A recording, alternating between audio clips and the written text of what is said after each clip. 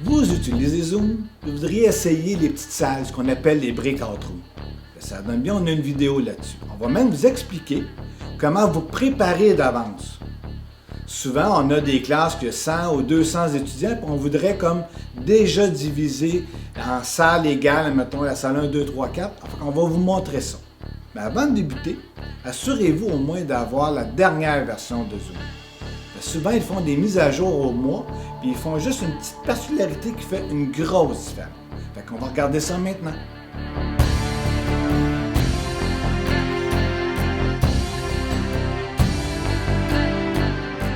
Parlons donc maintenant des petites salles, ce qu'on appelle les breakout rooms. Avant de débuter, il faut juste bien comprendre que vous allez devoir rentrer les emails des étudiants pour pouvoir les séparer dans les différentes places, soit dans la 1, dans la 2, tout dépendant comment vous allez en mettre. Donc, dans notre cas, pour l'université, nous, on va vouloir protéger notre séance. Fait que ça veut dire que l'étudiant va falloir qu'il s'identifie avec son email de l'Université de Montréal. Donc, il se connecte sur Zoom avec son compte de l'Université de Montréal. Donc, pour ce faire, nous allons devoir faire 2-3 petites modifications avant de commencer. Pour ce faire, comme vous pouvez voir, il y a 2 façons de pouvoir aller jouer dans les paramètres des réunions. La première, que si on rouvre ici l'application Zoom, comme on peut faire, on va commencer avec celle-là. Pour ça, je vais vous montrer celle-là qu'on utilise par le furteur Internet. Donc, on va aller se connecter pour être sûr d'être sur la bon compte. On va aller ici se connecter avec l'identification, comme d'habitude, avec umontréal.zoom.us. On fait continuer. Donc, je vais rentrer mes données à moi. Et voilà, là, on va me demander maintenant d'ouvrir l'application correctement. Donc, là, mon application est ouverte. Donc, pour bien débuter, je vais aller jouer dans les paramètres. Pour ce faire, je vais aller ici, dans mes paramètres, et vous allez voir juste ici dans mon profil, et je vais aller modifier mon profil ou afficher les fonctionnalités. Donc, on va aller dans afficher les fonctionnalités avancées. Voyez-vous, là, je vais tasser cette fenêtre-là, on n'a plus besoin. Voyez-vous ici, j'ai mon furteur qui est là. Je vais vous montrer l'autre façon. On va revenir à la même place. C'est juste parce que vous avez 2 façons de pouvoir vous y rendre. Alors, je vais fermer cette fenêtre-là. Je vais fermer mon application. Alors, je suis, admettons, avec ma page web. Je vais aller écrire umontréal.zoom.us.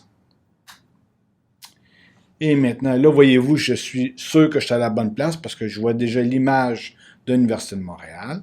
Je vais faire connexion. Donc, me voici donc dans ma page avec mon furteur. Voyez-vous, je suis arrivé à la même place que quand on avait pris l'application. C'est 2 façons. On va se rendre là de toute façon pareil. Alors, si on regarde ici à gauche, c'est marqué paramètres. Ce que je vais faire, c'est que je vais dérouler pour aller, voyez-vous, je n'irai pas trop vite. Voyez-vous, ici, c'est marqué « Seuls les utilisateurs authentifiés peuvent participer aux réunions ». Ça veut dire quoi? Ça, c'est important. C'est une des choses qui est de base qu'il faut réellement savoir pour commencer.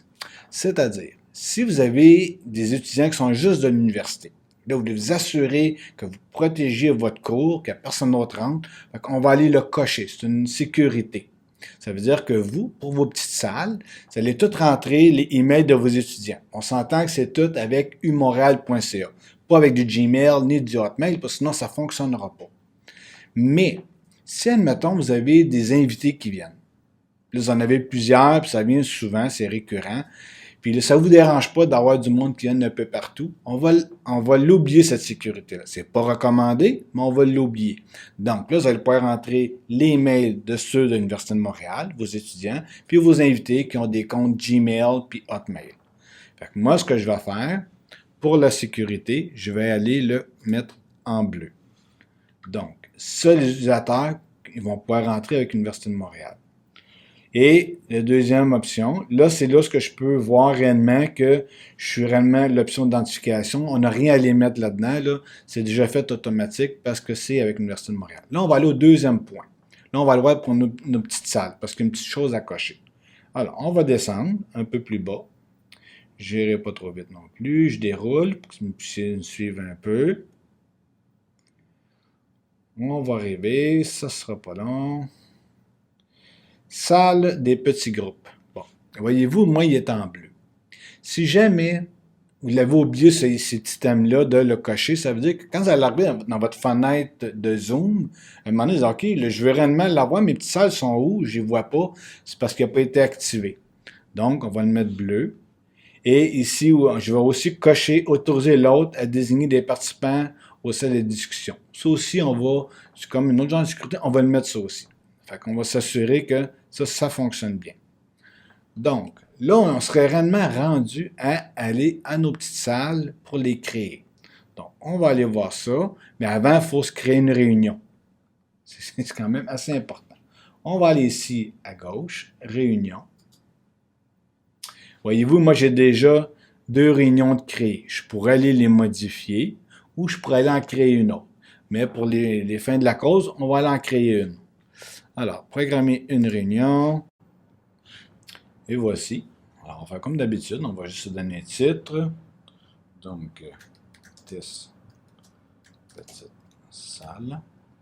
On va oublier le calendrier et tout, parce qu'on essaie déjà ça. Nous, ce qu'on veut faire, c'est qu'on veut juste aller travailler pour nos petites salles, les breakout rooms. Alors, si vous voyez, vu qu'on avait déjà coché dans les paramètres qu'on va en avoir de besoin, si on regarde, il est juste ici. Préattribution de salle de discussion. Il nous donne 2 choix, la manière de le faire. Ça, c'est pour le préparer d'avance. N'oubliez pas qu'il y a une troisième option qu'on peut faire les petites salles, mais c'est quand on est en direct. Ça veut dire que quand ma salle réunion est déjà ouverte, je suis déjà avec tous mes étudiants, puis là, à un moment donné, je voudrais dire, ah ben ok, je vais vous faire des petites salles, puis on va les faire live déjà là. Ça, c'est notre troisième option qu'on va regarder un peu plus tard dans la vidéo. Donc, présentement, on va se concentrer juste pour les préparations d'avance. Si on regarde ici, créer des petites salles, voyez-vous, je peux comme cliquer sur un. J'ai déjà ma salle 1, j'ai déjà ma salle 2, puis je peux en mettre plusieurs. Alors, avec la 1, je clique là et je peux aller mettre mes adresses email. Donc, je vais tout rentrer mes emails une après l'autre. Ça va bien pour si j'ai un petit nombre de personnes, puis je ne veux pas trop me compliquer la tête avec ce qu'on appelle avec les produits CSV, donc travailler avec Excel, tout. Je ne vais pas aller là, je veux juste faire de quoi de bien simple, on va aller jouer là. C'est sûr que si j'ai 100 étudiants ou 200, je ne veux pas utiliser ça. Parce que oui, je peux les mettre les noms, puis déjà tout nommer mes salles. Le problème, c'est que ça, je ne peux pas le prendre, puis me faire un backup de ça, puis l'exporter. Donc, si je voudrais l'utiliser dans un autre cours, je ne pourrais pas, parce que c'est réellement bon juste pour cette réunion-là. Donc, on l'utilisera plus ou moins. On va donc aller avec ce qu'on appelle importer depuis CSV. Voyez-vous, j'ai ma fenêtre qui est ouverte. Je vais aller télécharger pour commencer déjà un modèle, puis je vais travailler ce modèle-là. Puis c'est important de bien le travailler. Alors, je vais faire télécharger et on va aller l'ouvrir avec Excel, puis on va le remplir tranquillement, puis après ça, on va venir l'importer là. Donc, passons à la prochaine étape. Ouvrons notre modèle avec Excel.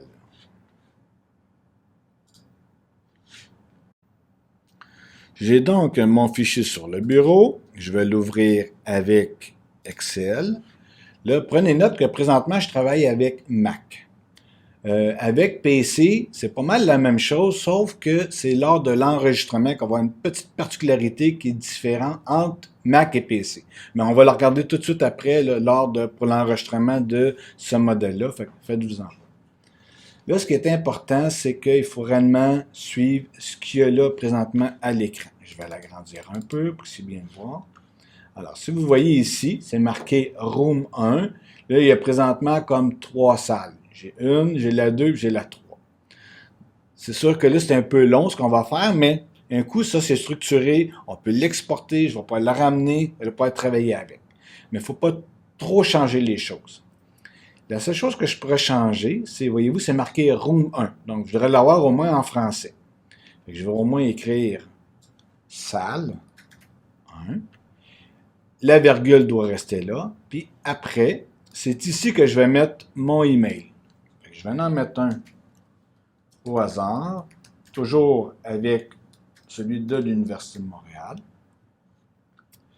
Je pourrais, si on veut, dans l'autre ligne, c'est sûr que là, si j'ai mes 200 étudiants, il faut que je le fasse comme ça. Chaque ligne va avoir son étudiant, puis vous aurez juste à rajouter c'est quoi le nom de la salle. Puis il faut que ce soit tout écrit. Si, mettons, vous avez salle 1, 2, 3, puis vous faites du copier-coller, assurez-vous que salle, si vous marquez salle 1, mais que ce soit tout écrit pareil, parce qu'il va être créé différemment. Alors, je vais l'écrire ici aussi. Je le fais un peu plus long, c'est juste pour être sûr qu'on se comprenne la manière qu'on travaille. Je vais écrire un autre nom.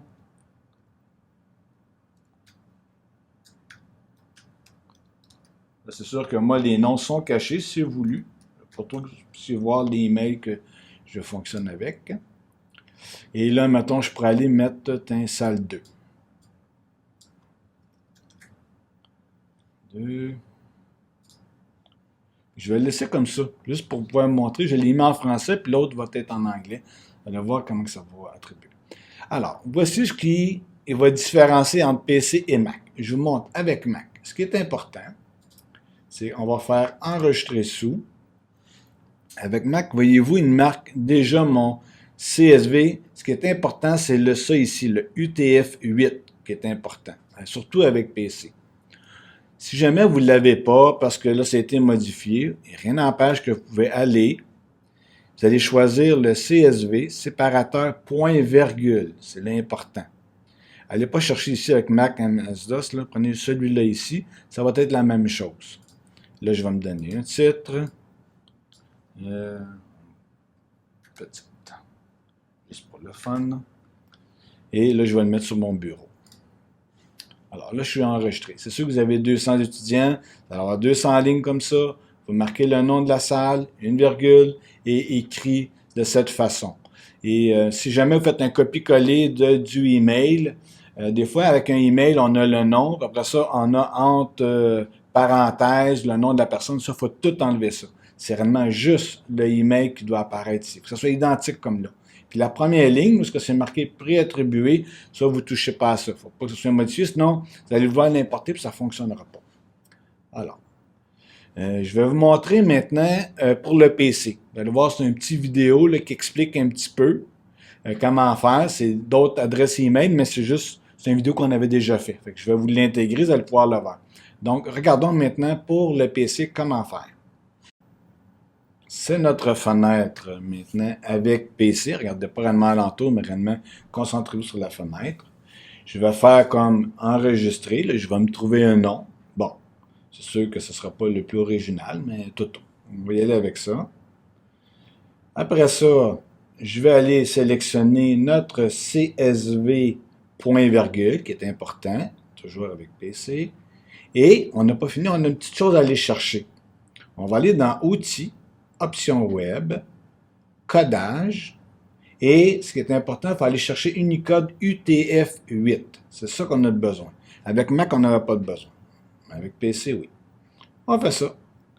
Et on l'enregistre, tout simplement. Et on peut maintenant revenir pour pouvoir continuer. Et voici, tout ce qu'il nous reste à faire, donc, c'est d'importer notre fichier. Donc, on va y aller, parcourir, petite salle, choisir. Et comme vous pouvez voir, j'ai déjà mes deux noms dans la salle 1. Voyez-vous, j'ai la salle 2. Là, j'ai rien. Je vais expliquer pourquoi. J'ai Room 2, Room 3. Donc, j'ai présentement 4 salles. Pourquoi 4 et non 3? Parce que je ne sais pas si vous vous rappelez, pour la deuxième ligne qu'on avait marqué salle. On avait modifié en français. Donc, il l'a pris comme si c'était une salle. L'autre, il est resté Room 2 puis Room 3. Donc, j'ai comme 4 salles. Je vais faire enregistrer. Et on va aller voir maintenant notre réunion Zoom. Je vais donc aller me loguer dans la réunion, puis on va regarder ce que ça va donner. Regardons ça maintenant. ma réunion est maintenant ouverte. Je vais regarder ici maintenant. Voyez-vous, on est juste 2 personnes. Là, je n'avais comme mis 2 invités et plus moi-même. On serait supposé être 3, mais l'autre, j'ai pas réussi à le rejoindre, mais c'est pas grave, ça va déjà donner l'exemple. On va regarder notre menu ici en bas. Je vais aller dans le plus et diviser en groupe. Voyez-vous, dans la salle 1, c'est sûr que j'ai juste un nom parce que l'autre n'est pas connecté, fait que je ne le verrai pas. Dans la salle 2, voyez-vous, il n'y a pas de nom parce que c'était des adresses email bidons, puis c'était du monde qui ne sont pas dans la salle, donc je ne peux pas les voir. Mais quand ils vont rentrer, oups, ça va s'ajuster exactement à la bonne place. Et si on regarde un peu maintenant les paramètres de base, recréer, ça, si jamais à un moment donné, vous avez eu une erreur, les personnes ne sont pas dans la bonne place, je peux faire comme recréer, il va aller rechercher le fichier, puis il va aller recentrer les personnes à le bon endroit. Je pourrais rajouter une salle si j'ai besoin, et je peux ouvrir toutes les salles, donc je peux directement envoyer les mondes directement à la bonne place. On va aller voir dans les paramètres ici. Notre premier, est-ce que le participant pourrait changer de salle? Après ça, autoriser les participants à revenir nous contacter. Ça veut dire que ça, mettons, présentement, j'ai comme 4 salles. Il y a une personne qui est dans la salle 1 puis voudrait venir me parler. Bon, mais je pourrais, en cliquant ça veut dire qu'il ne va pas venir me rejoindre. Ça, des fois, on l'utilise justement pour, présentement, on est dans une page où il y a des examens, où j'ai, admettons, des personnes qui surveillent les examens. Donc, je voudrais que pendant l'examen, un étudiant aurait besoin de venir me rejoindre, il peut, ou ça peut être le surveillant d'activité pour qu'il puisse pouvoir venir me rejoindre, parce que moi je suis dans la salle principale, puis j'attends, parce que tout le monde est parti, mais il peut venir me recontacter, venir me revoir, il faut que ça soit coché, sinon il ne pourra jamais. Et ici, déplacer automatiquement tous les participants. Ça veut dire que quand je vais envoyer tout le monde dans les salles, je veux que, si ça c'est coché, quand je vais faire envoyer, ça veut dire qu'il va envoyer tout le monde automatiquement à leur place. Si je ne le coche pas, ça veut dire que quand je vais envoyer tout le monde, eux, ils vont envoyer un message de bon, ben, vous allez être redirigés, voulez-vous y aller? Là, ils doivent cliquer là-dessus. Donc, ils ont une action à faire. Mais des fois, c'est des fenêtres qui sont comme cachées en arrière de d'autres fenêtres parce que l'étudiant a plusieurs fenêtres ouvertes. Donc, en le faisant automatiquement, donc, on ne se casse pas la tête, ils partent automatiquement. Ici, admettons, ben là, on a compris, si on veut que les salles ont 30 minutes, ben je veux qu'ils reviennent, je peux le mettre. Ils vont avoir un message ici, dire, bon, ben là, dans tant de temps, ça va, vous allez débarquer, il vous reste 1 minute. Je peux même avoir, là ici, le compte à rebours, on a mis 10 secondes. Il vous reste 10 secondes avant de revenir. Ça, c'est pour les choses de base qu'on a. Alors, si je ferais ouvrir toutes les salles, donc, vu que j'ai juste une personne, ben, Cédric va partir. Et, voyez-vous, Cédric a disparu. Je pourrais, si on veut, prendre Cédric, on le voit, et je pourrais le déplacer dans une autre salle. Indirectement, dans d'autres salles indirectement. Et si jamais je veux envoyer un message à tout le monde, ben, je peux aller cliquer sur « Diffuser un message à tout le monde ». Et quand tout ça c'est fini, ben on peut arrêter toutes les conférences pour ramener tout le monde. Alors, je vais faire... là, voyez-vous, vu que j'avais mis un décompte de 10 secondes, ben ça va prendre 10 secondes. Généralement, si je n'en veux pas, je le mets à 0, tout simplement. Et là, Cédric va revenir, apparaître bientôt. Et voilà, il vient d'apparaître. Là, j'ai fait des captures d'écran de ce que, mettons, quand on est dans les petites salles, les sous-menus qu'on pourrait avoir. Donc, on va regarder ça. Pour le petit exercice, maintenant, on va faire comme si j'étais présentement dans une petite salle. Avec Cédric, on est comme 2 personnes, si on veut. Et qu'est-ce que la personne peut faire pour, mettons, rejoindre, on veut comme rejoindre l'animateur, dire, est-ce que tu peux venir m'aider? C'est juste une capture d'écran que j'ai fait. Vous allez regarder. Fait qu'on va cliquer, mettons, sur demander de l'aide. Et là, il va y avoir une fenêtre qui va ouvrir, juste à faire inviter l'animateur. Puis il va avoir un message, puis il va pouvoir venir nous rejoindre après ça dans notre petite salle, puis par après, il va pouvoir disparaître. Alors ça, c'était juste pour montrer à peu près, quand on a une petite salle, des choses qu'on pourrait avoir indirectement. Dans le même ordre d'idée, juste pour vous donner une information de plus qui peut aider, des fois, surtout que si jamais vous êtes en examen, puis vous avez des personnes qui sont là pour surveiller, on va leur attitrer si on veut, un rôle de plus. On va l'appeler co-host. Donc, c'est pas lui qui va être le maître, mais il va pouvoir partager, il va avoir quelques droits. Je vais juste vous montrer ici avec le partage d'écran. Si vous pouvez regarder, on va regarder ici à droite. Là, c'est sûr que c'est un nom, c'est mon nom que j'ai mis là. C'est marqué co-hôte. Puis l'autre, c'est réellement un invité ou juste un étudiant tout simplement. Alors, pour le co-hôte, lui, il peut avoir des choses de plus. Il va avoir ici un menu qu'on appelle pour diviser en groupes. Quand il va cliquer là-dessus, il va avoir le choix, je vais vous montrer, soit qu'il peut aller dans un autre, si on veut, une autre petite salle, ou tout simplement venir rejoindre l'autre, la personne qui est l'animateur principal. Donc, si maintenant il appuie ici sur diviser en groupe, il va avoir ceci qui va apparaître, une autre fenêtre, et là, vous pouvez le voir, là, présentement, on a 3 salles, là, mais nous, on avait programmé 4, mais avec la capture d'écran que j'ai, c'était juste 3. Donc, je pourrais aller rejoindre la salle 1, parce que si vous regardez à gauche, je suis présentement dans la salle 3, c'est marqué ici. Donc, je peux aller rejoindre la salle 1 ou la salle 2, tout simplement. Ou si, admettons, je dis, bon, ben, ok, j'ai fini ici, moi, je vais aller rejoindre l'animateur. Je peux faire comme quitter la salle. Alors, ça va juste pouvoir nous emmener. Ça, c'est pour une petite chose de plus qu'on a, que, mettons, qui pourrait être commode pour les personnes qui surveillent réellement ce qui se passe dans les salles. Alors, on va continuer. Je suis donc revenu à ma fenêtre principale. Ça veut dire que là, même présentement, tout le monde serait revenu à notre fenêtre Zoom parce que toutes les petites salles seraient finies.